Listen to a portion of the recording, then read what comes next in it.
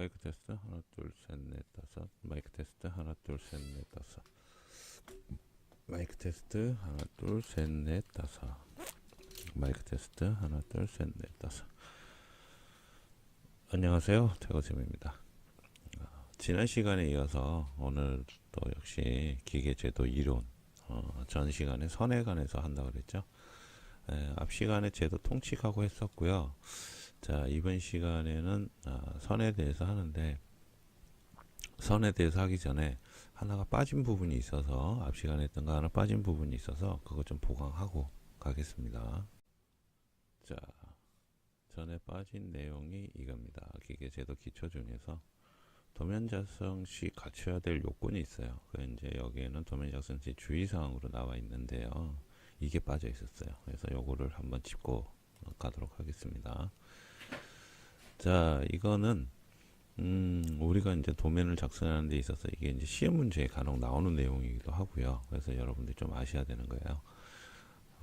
도면을 작성할 때 갖춰야 될 요소입니다. 이제 주의사항으로 되어 있는데, 도면은 어떤 특징을 가져야 되느냐에 대해서 시험 문제에서 물어보는 경우가 있어요. 그래서 뭐 예를 들자면, 도면이 가져야 될 중요 구성 요소 중 옳지 않은 것은, 예를 들어서 혹은 또 옳은 것은 라고 하는데, 그 중에서 첫 번째가 정확성이고요, 두 번째가 간결성입니다, 세 번째가 대중성이고요.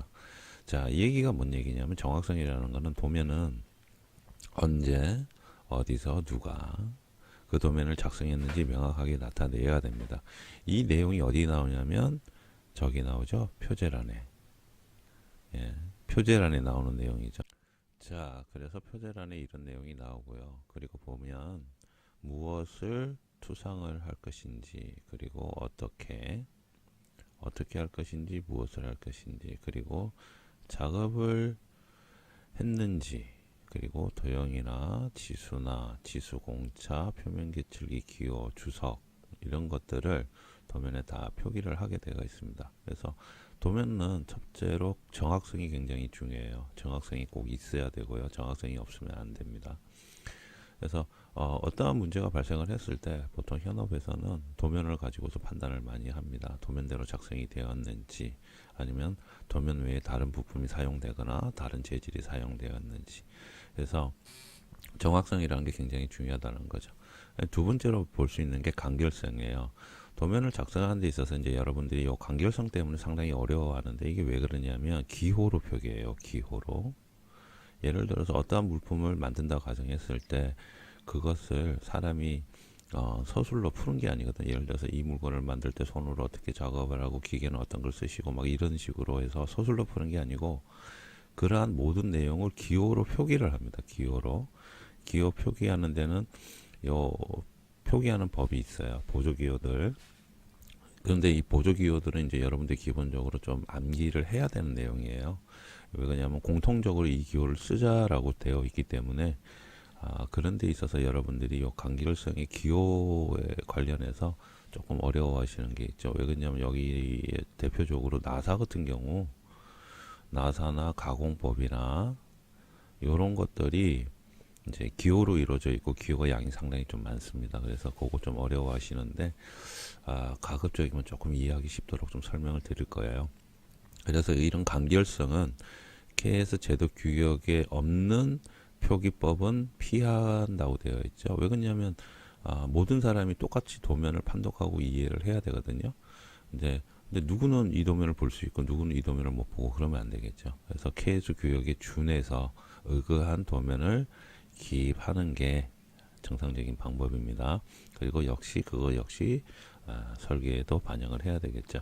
그래서 도면에는 간결성이라는 게 꼭 들어갑니다. 그 다음에 대중성이죠. 이건 위에서 얘기한 거와 똑같은 얘기인데요.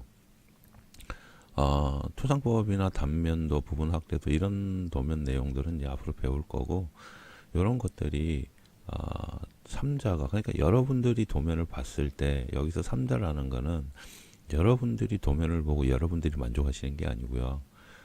내가 그린 머릿속에 있는 도면의 내용을 다른 사람이 봐서 여러분들이 표현하고자 하는 부분을 정확하게 이해를 할 수가 있어야 돼. 즉, 그 얘기는 뭐냐면 내가 도면을 그리지만 다른 사람이 그것을 듣고 이해를 해야 됩니다. 그게 도면의 대중성이에요. 굉장히 중요한 부분이죠. 나 혼자서 보고 나 혼자서 이해할 것 같으면 그거는 추상 하나 다름없거든요. 그건 예술적인 부분이고, 도면이라는 거는 내가 표현하고자 하는 그러한 기술적인 부분이나 아니면 가공적인 부분, 여러 가지 부분을 누가 보더라도 이해를 할 수가 있어야 된다. 그래서 이 대중성이라는 게 이제 우리 앞에서 얘기했던 ISO하고도 마찬가지로 물리는데요. 결국 ISO는 국제 규격이기 때문에 일본에서 예를 들어서 도면이 있지 않습니까? 그럼 한국에서 이 도면을 받아서 작업을 한다? 그러면 가능하죠. 왜? 대중성을 가지고 작업이 했기 때문에. 전 세계에서 누구나 도면을 가지고 똑같은 도면으로 작업을 한다면 그 도면에 작업한 내용은 누구나 다 알 수 있습니다. 그래서 그런 거 많죠. 기술 유출.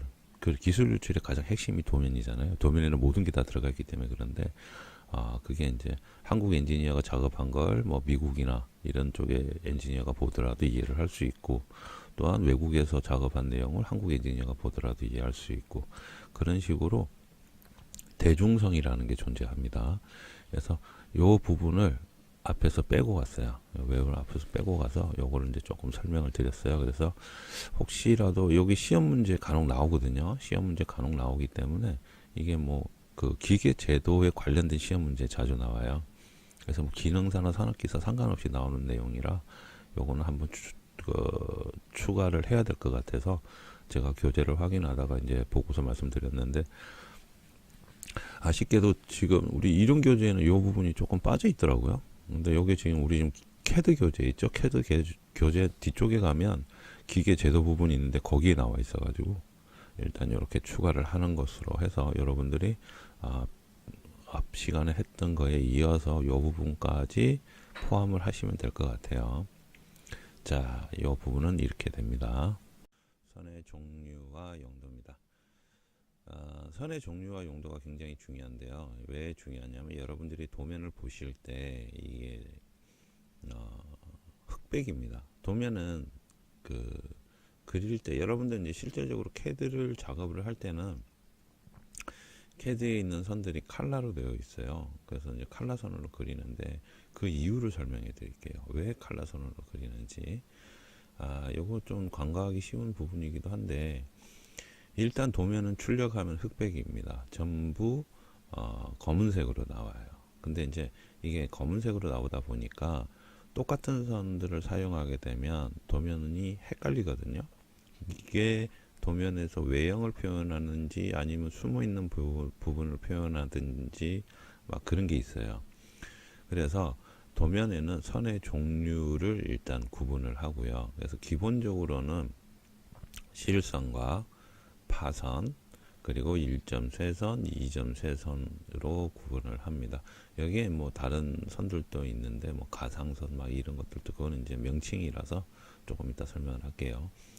일단 실선이라는 거는 말 그대로 연속된 선이죠. 여기 나와 있는 것처럼 연속된 선이고, 파선은 일정한 간격으로 짧은 선의 요소가 규칙적으로 되풀이되는 선을 얘기합니다. 즉 이렇게 끊어져 있는 선이에요. 우리 일상생활에서는 점선 뭐 얘기하는 거 있죠. 점선으로 그린다 하는데 이게 파선입니다. 정식 명칭은 파선이에요. 그리고 1점 쇄선, 그래서 장단, 긴 것과 짧은 것의 선의 종류가 두 개가 번갈아서 이어지는 게 1점 쇄선. 그리고 2점 쇄선은 말 그대로 여기 보시는 바와 같이 짧은 선이 두 개가 있고 긴 선이 있고 다시 짧은 선 두 개가 있고, 이게 2점 쇄선이에요. 1점 쇄선은 짧은 선이 하나, 그리고 긴 선, 짧은 선 하나, 긴 선 이렇게 되는 게 1점 쇄선이고요. 이런 식으로 선이 반복적으로 되는 걸 선의 종류에는 실선과 그 다음에 파선과 그리고 1점 쇄선, 2점 쇄선으로 구분이 됩니다. 근데 이것만으로는 부족하다는 이거죠. 이것만으로는 부족해서 선에서 이 선에 대한 굵기를 줍니다. 어떤 선은 좀 더 굵게 그리고 어떤 선은 좀 더 가늘게 그리고 하는 선의 굵기를 지정을 해줘요. 그래서 그 선의 굵기에 따라서 그 선의 용도가 정해져요. 자, 그게 이제 선의 용도인데, 자, 외형선의 같은 경우는 굵은 실선으로 그리고요. 그 대상물에 보이는 부분의 선의 모양이죠. 그러니까 대상물에 실질적으로 사람들이 눈으로 봤을 때 그 부분이 보인다. 그러면 외형선으로 표기하는 거예요. 그래서 이 부분이 그 대상물 모양을 표시하는 선이 됩니다. 그리고 치수선, 치수 보조선, 지시선, 뭐 회전 단면선, 중심선, 쭉쭉쭉 나오는데 이 부분들은 가는 실선입니다. 근데 여기서 여러분들 요 중심선은 조금 조심하셔야 돼요.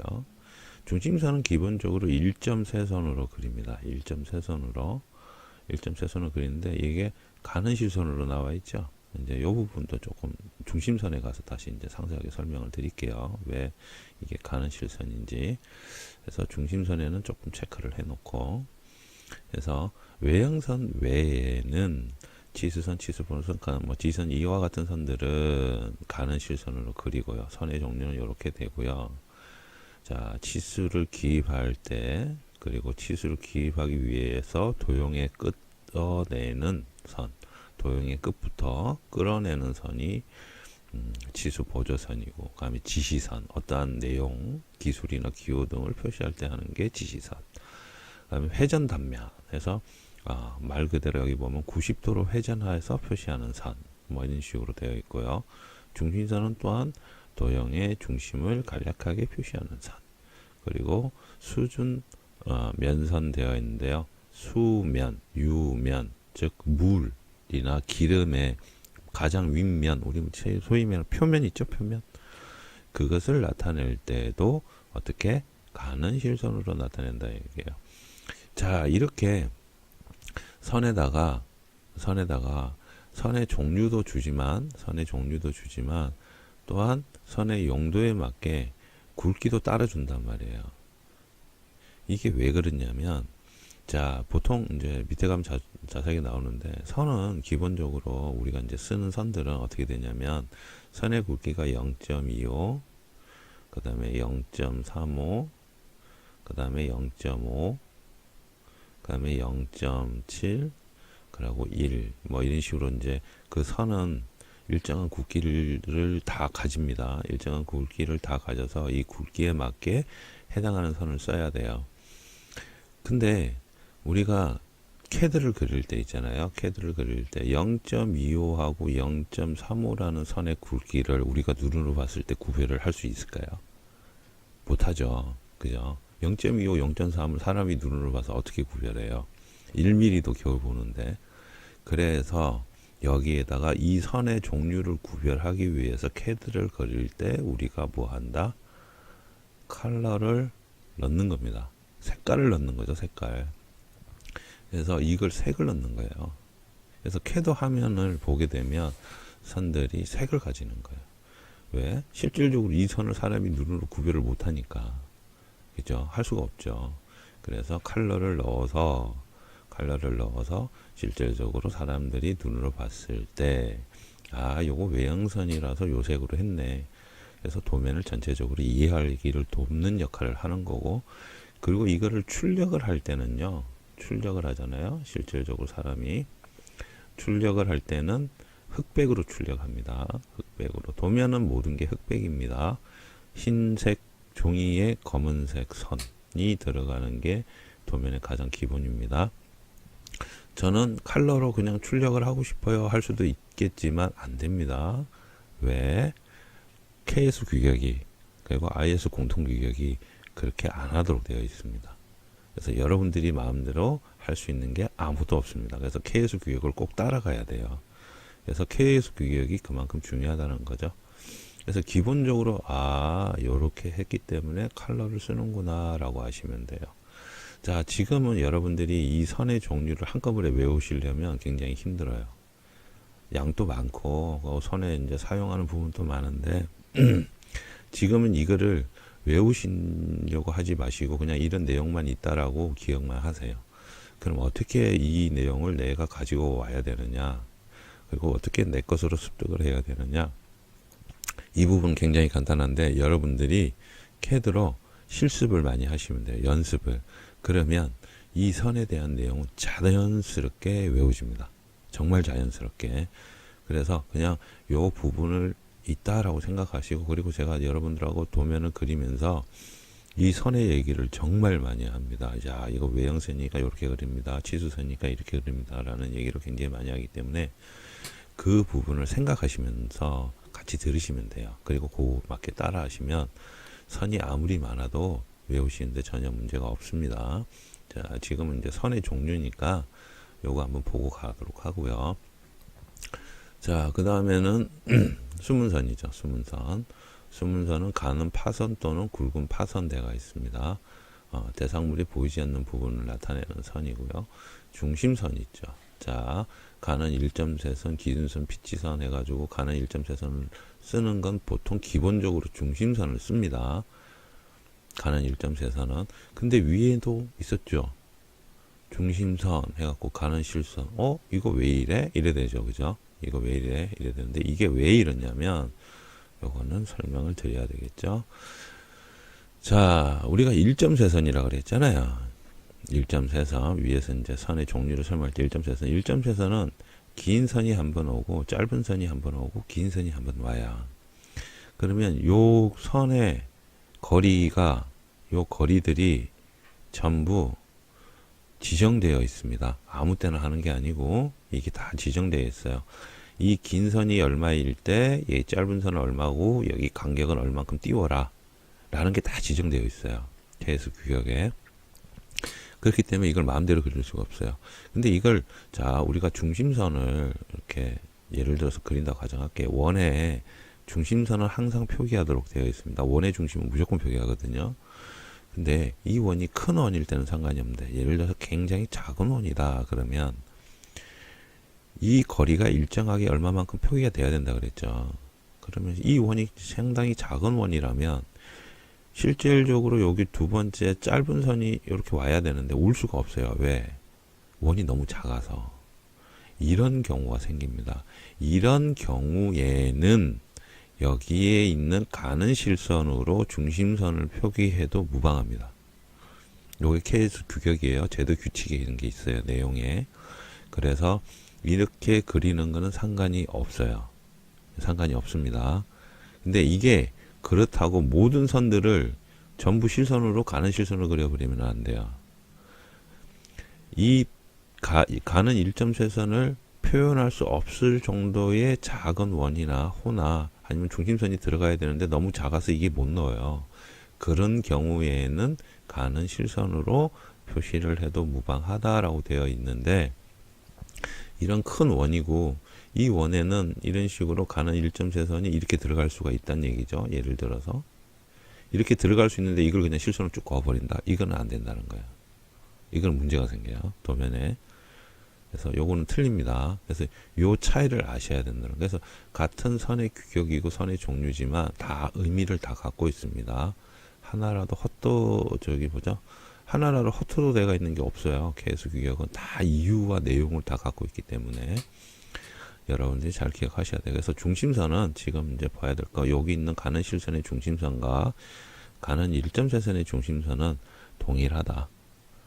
단 가는 1.3선의 중심선을 사용할 때는 방금 설명드렸던 것처럼 표현할 수 없는 가장 작은 원이나 1.3선으로 이 최대 거리값, 요 최소 거리값, 여기 어느 정도 나와야지 이 부분을 표시하는데 이게 너무 작아서 여기에 표시할 수 없다. 이럴 때는 어떻게? 그냥 가는 실선으로 표기해도 무방하다. 근데 CAD는 지가 알아서 여기 표기해줘요. 사람이 굳이 이걸 가지고 뭐 표기하니 안 하니 할 필요는 없습니다. 그래서 그 부분을 좀 아시고 가야 돼요.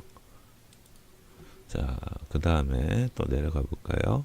특수 지정선은 굵은 1.3선으로 사용합니다. 여기 내용이 어떻게 되냐면 특수한 가공을 하는 부분 등의 특별한 요구 사용을 적용할 수 있는 표시 범위라고 되어 있는데, 특수 지정선은 일단 나중에 여러분들하고 도면을 그리면서 설명을 드릴 텐데, 기본적으로 특수 지정선은 표면 처리, 즉 열 처리 부분에 대해서 굉장히 많이 표현을 합니다. 특수지정선.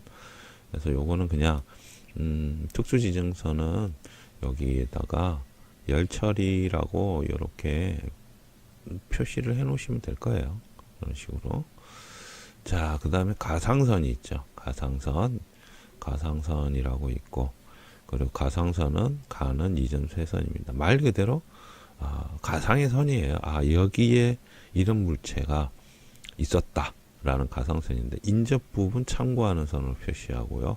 공구나 지그의 위치를 참조하는 선이에요.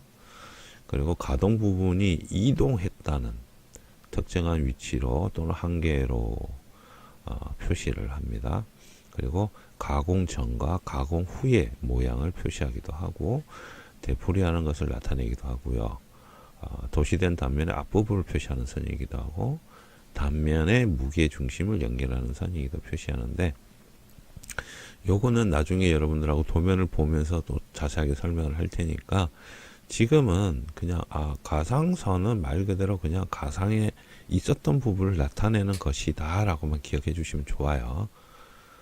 자, 그 다음에 무게중심선 해서 이렇게 7번 있었죠. 이거죠. 무게중심을 이렇게 되죠. 그래서 무게중심선의 키워드는 무게중심이죠. 여기 이렇게 되겠죠. 자, 그 다음에 파단선이라고 있습니다.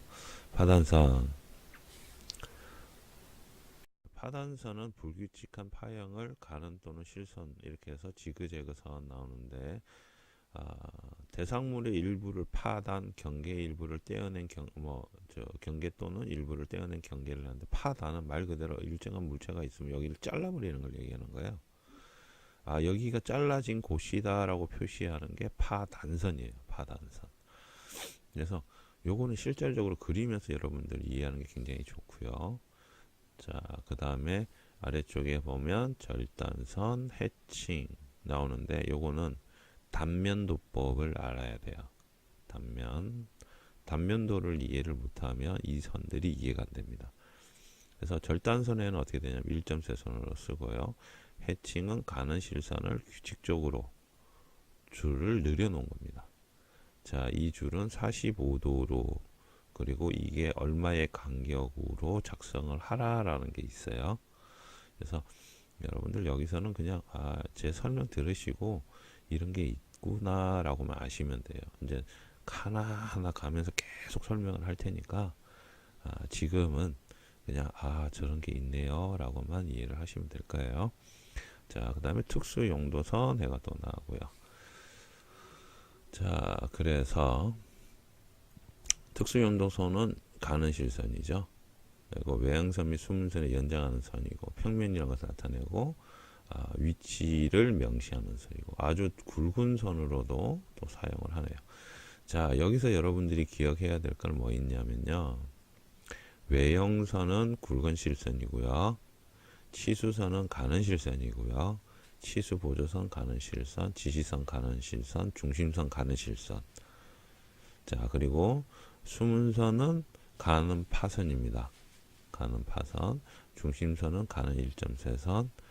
요거까지만 하시면 돼요. 나머지는 안 하셔도 돼요. 지금은 물론 이제 나중에 가면 다 하겠지만, 지금은 방금 이야기 드린 내용만 잘 기억하시면 좋을 것 같아요. 지금은 여기에 나와 있는 외형선은 굵은 실선으로 하고, 치수선, 치수보조선, 지시선은 가는 실선, 그리고 중심선도 가는 실선 가고, 수문선은 파선으로 하고, 또 중심선은 가는 1점세선으로 한다.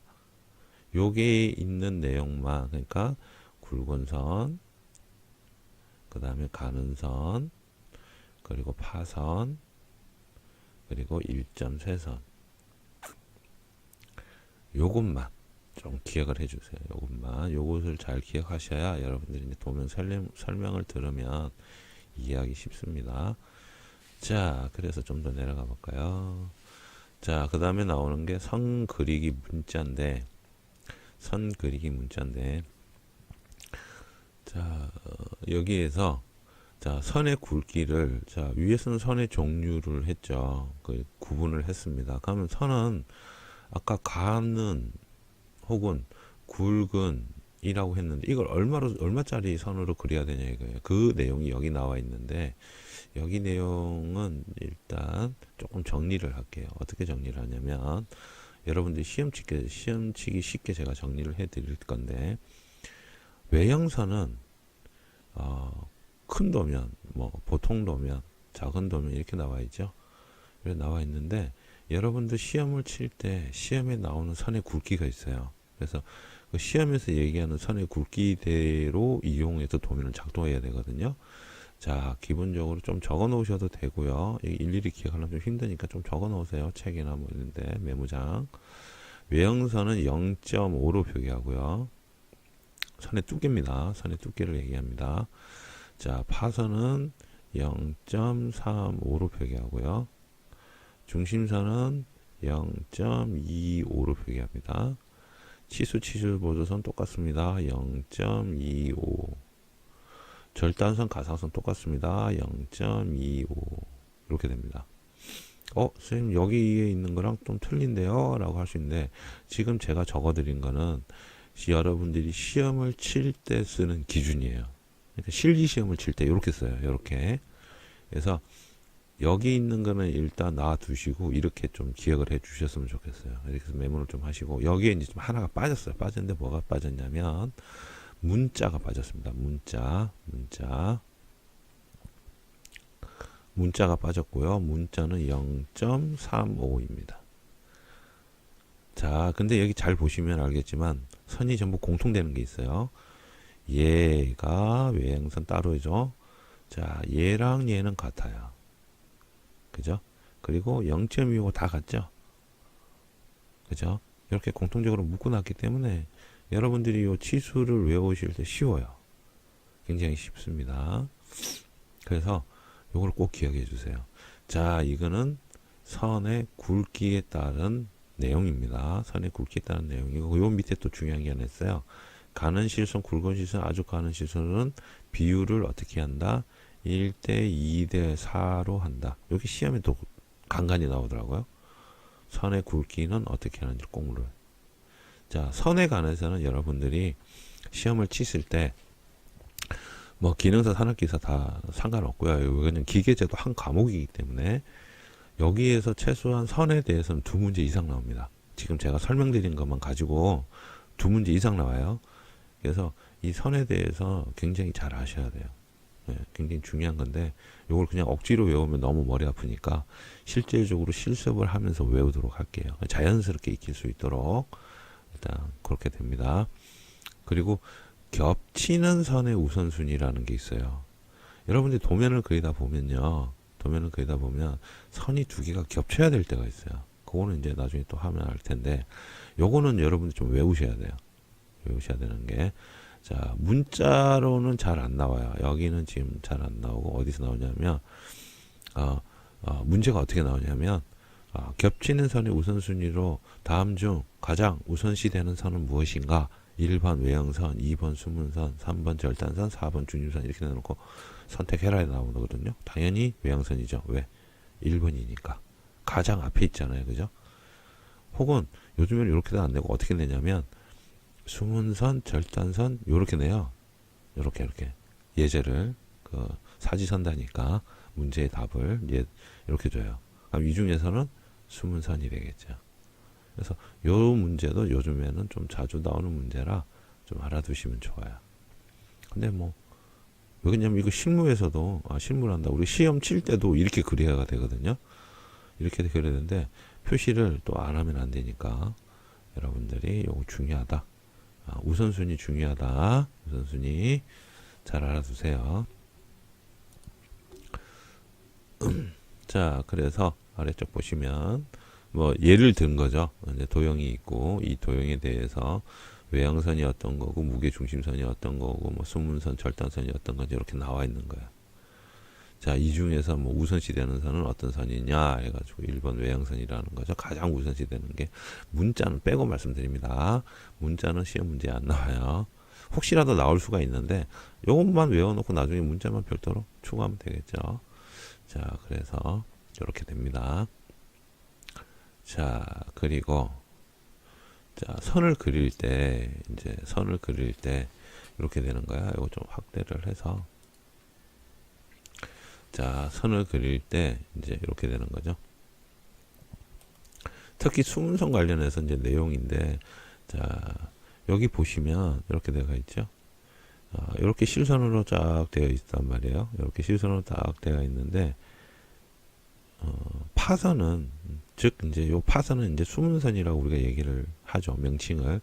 이제 선의 종류는 파선이지만, 실제적으로 선을 쓰는 선은 이제 수문선으로 쓰기 때문에, 이렇게 되는데, 자, 여기 보면 일정하게 간격을 이렇게 띄워놨죠. 이렇게 띄워놨어요. 근데 이 간격을 이렇게 띄워놔야 되는데, 여기는 어땠냐면, 이렇게 붙어 있죠. 그죠? 여기가 이렇게 붙어 있으니까 뭐예요? 여기가 이렇게 마치 이만큼 나와 있는 것처럼 보일 수가 있단 말이에요. 그래서 여기는 틀리다. 그름이라고 이렇게 표시해 놓은 이유가 요거는 틀리다 이 얘기입니다. 자, 그리고 여기도 옆에 것도 그냥 잘 보시면 아, 이런 내용이구나 쉽게 알 수 있겠죠.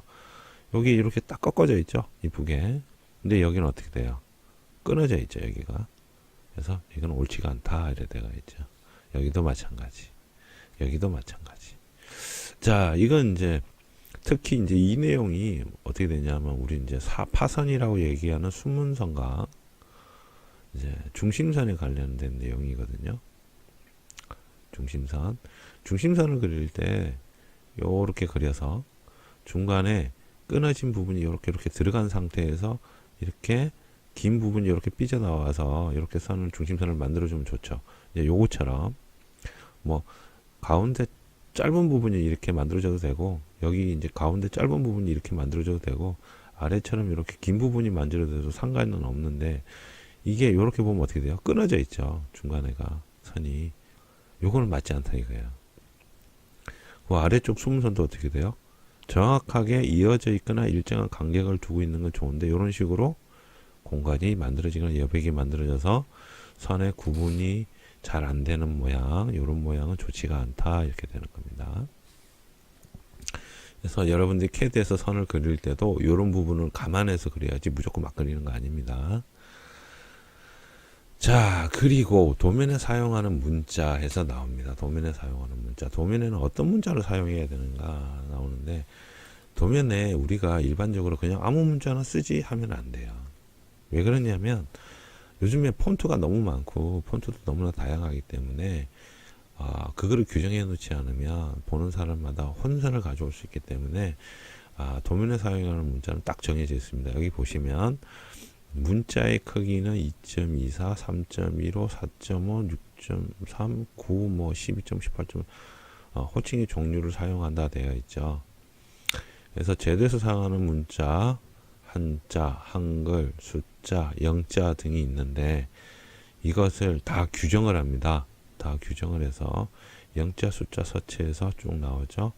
크기는 9, 크기는 뭐 4.5일 때, 6.3일 때, 그리고 뭐 제2형 서체, B2형 서체라고 쓰는데 우리는 요 내용을 아까 위에 선의 두께를 가지고 통일시켰잖아요.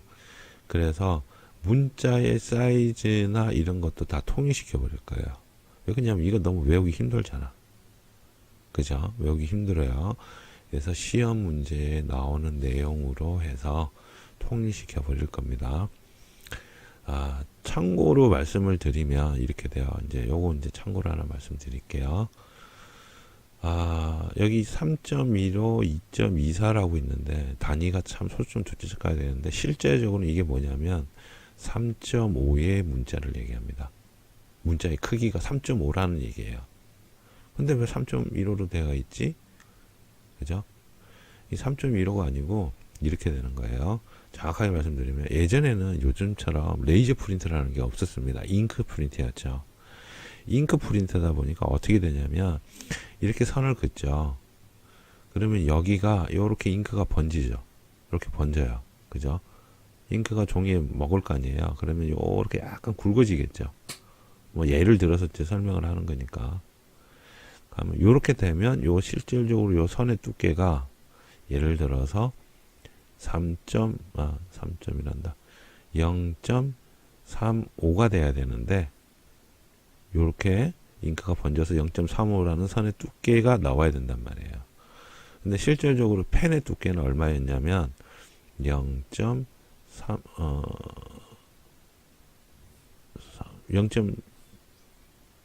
0.31 정도 되는, 그러니까 요 번지는 것까지 생각한 펜을 두께로 썼단 말이에요. 그래서 3.15라고 만약에 한다면 우리가 이제 미음이라는 글자를 만든다 그러면 문자의 크기는 여기가 잉크가 번진 것까지 감안을 해서 이렇게 되면 이게 3.5가 되는 거예요. 실제적으로는 3.15로 쓰죠. 근데 출력하면서 잉크가 번지잖아요. 그러면 3.5가 되는 거예요. 실질적으로 여러분들이 시험 칠 때 문자의 사이즈는 3.5입니다. 문자의 사이즈는 3.5예요. 그래서 요 부분은 3.15라는 요 부분은 이게 제도법이 규정이 굉장히 오래된 거예요. 예전 거예요. 예전 거. 근데 이게 틀리다 이건 아니에요. 이게 맞아요. 많은데 요즘에 잉크젯 프린터를 안 쓰고 전부 레이저 쓰죠. 그래서 CAD를 여러분들이 작성하실 때 3.5로 그냥 작성을 하셔도 레이저는 3.5로 그냥 바로 출력을 하기 때문에 이게 그 잉크가 번지는 거는 지금은 생각 안 하셔도 돼요. 이게 중요한 거예요. 잉크 번지는 거 지금은 생각 안 하셔도 돼요. 이거 예전에 잉크 번지는 거 가지고 요 두께를 정한 거란 말이에요. 문자 크기도 다 마찬가지. 근데 지금은 안 하셔도 돼. 왜? 레이저로 다 뽑아버리니까. 그래서 3.5로 해놓으면 3.5로 출력돼요. 걱정하지 마십시오. 그래서 요거는 여러분들이 저를 잘 따라 하시면 돼요. 그래서 다른 책에는 아마 이게 2.5, 3.5, 5, 7 이렇게 나올 거예요. 10 이런 식으로.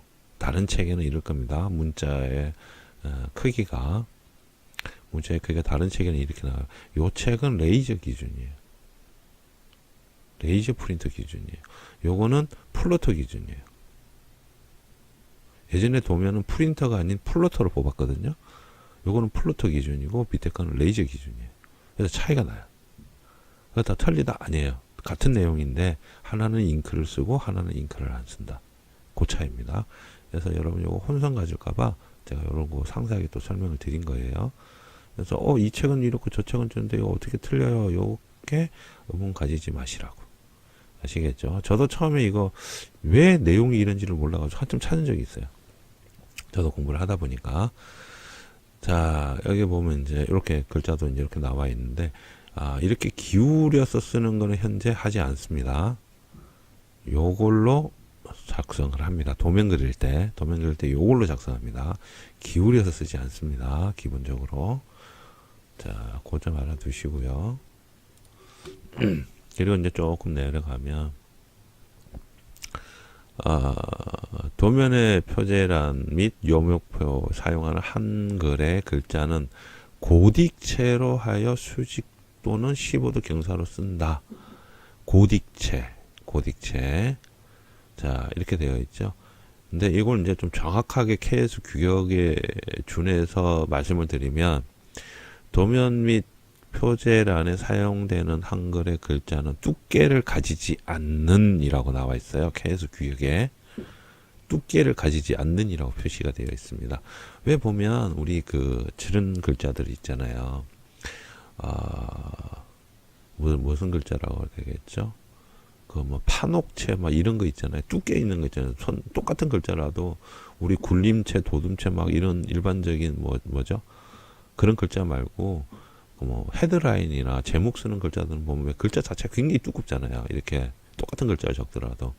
그래서 KS 규격에는 여기에 고딕체로 되어 있고 여기에 한 가지 추가가 되어 있는 게 뭐냐면 두께를 가지지 않는 이라는 게 있어요. 두께를, 그러니까 글자는 두께를 가지면 안 돼요.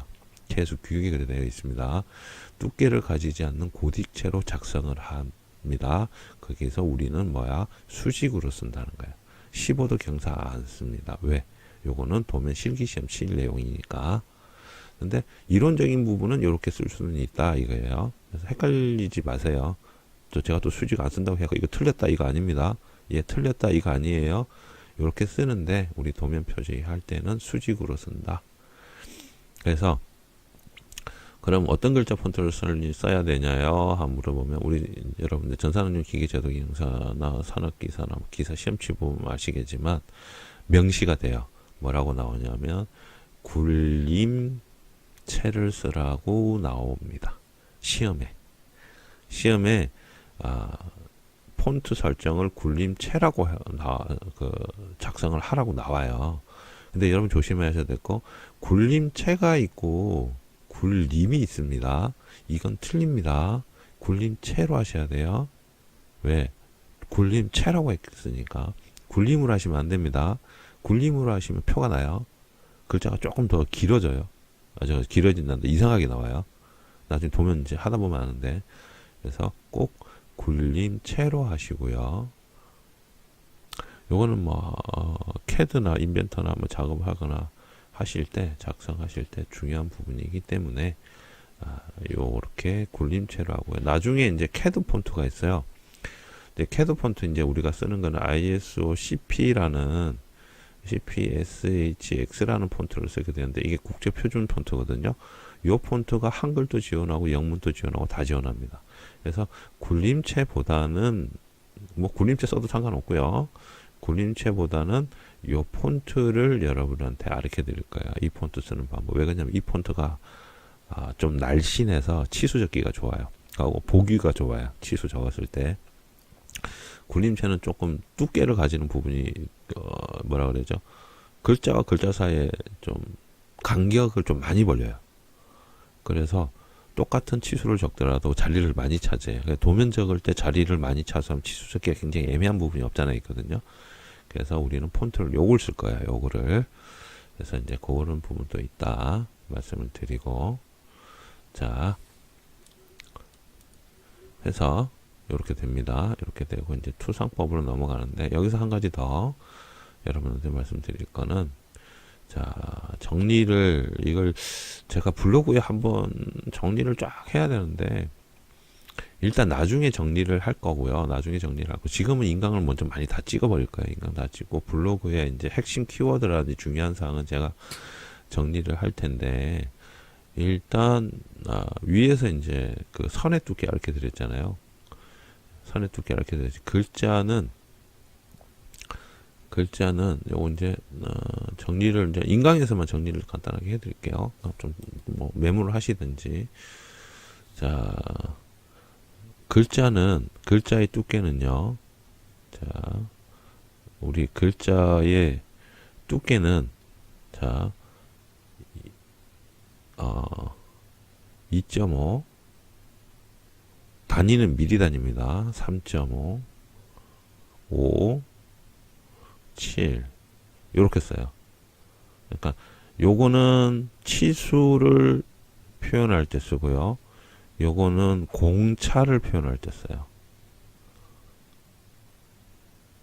자, 치수 표현할 때는 글자의 크기가 3.5고요. 공차를 표현할 때는 2.5입니다. 더 작아져요. 그리고 5는 뭐냐면 제목. 7은 쓸 일이 잘 없어요. 7은 쓸 일. 제목 내지는 중요한 큰 번호들, 이런 거 표기할 때 우리 5자 폰트를 쓰거든요. 그러니까 글자 폰트는 아까 얘기했죠. 굴림체를 쓰는데 글자 사이즈는 이렇게 된다는 거야. 그리고 이제 요거랑 외우기 쉽게 하려고 제가 여러분한테 아까 말씀드린 게 선의 굵기 있죠. 선의 굵기, 여기다가 외우기 쉽게 0만 붙이면 돼요. 0.25, 0.35, 그 다음에 0.5, 그 다음에 0.7 이렇게 된단 말이에요. 쉽잖아요. 이렇게 된단 말이에요. 이렇게. 이해가시죠? 자, 0.25가 가는 선이에요. 가는 선. 요게 우리 이제 폰트나 수문선으로 쓰는 것들 보통 이렇게, 혹은 요거는 파선 또는 문자, 그리고 요게 외형선이에요. 외형선. 여기 이제 굵은 실선이 되겠죠. 얘가 굵은 실선. 요거는 윤곽선입니다. 이런 식으로 딱 기억하시면 좋아요. 이런 식으로. 그래서 요것만, 이게 가장 핵심이에요. 글자와 문자의 폰트 관련된 내용이 이게 가장 핵심이에요. 이것만 아시면 돼요. 다른 거 필요 없어요. 이것만 아시면 다른 거는 그냥 뭐 덤으로 들어오는 거니까. 네, 그래서 여러분들이 여기 나오는 내용은 그렇게 된다. 그래서 글자의 두께나 이거는 제가 이제 이론적인 부분은 방금 설명드렸고 실질적으로 여러분들하고 도면 연습하면서 계속 좀 설명을 드리도록 할게요. 자, 여기까지 했고 이제 그 다음에는 투상법인데, 투상법은 제가 지금 고민을 좀 많이 하고 있어요. 왜 그러냐면 이걸 어떻게 설명해야 될지를 모르겠어요. 그 얘기가 뭔 얘기냐면 이제 실질적으로는 제가 이제 저를 보면서 수업을 하면 투상법은 제가 바로 옆에 가서 가르쳐주고 또 좀 이해가 안 되는 부분은 이제 실제적으로 이제 물건을 가져와서 보여주거든요. 그러면 이해가 굉장히 빠른데 이 투상법을 책으로 이렇게 설명하고 여러분들하고 이렇게 인강으로 한다는 게 쉽지만 않을 것 같은데 일단 뭐 최대한 한번 해볼게요. 투상법. 자, 근데 투상법을 잘 알아야 돼요. 투상법 모르면 도면 못 그립니다. 투상법이 정말 중요한 거라서 위에 끝까지는 일단 뭐 글자의 두께 이런 거는 일단 몸풀기, 몸풀기. 이제 기본적으로 글자 두께를 알아야지 투상을 하고 도형을 그리기 때문에 자, 위에 끝까지는 몸풀기고요. 이제 실제로 여러분들이 도면을 그리는 투상법은 다음 인강에서 뵙도록 하겠습니다. 수고하셨습니다.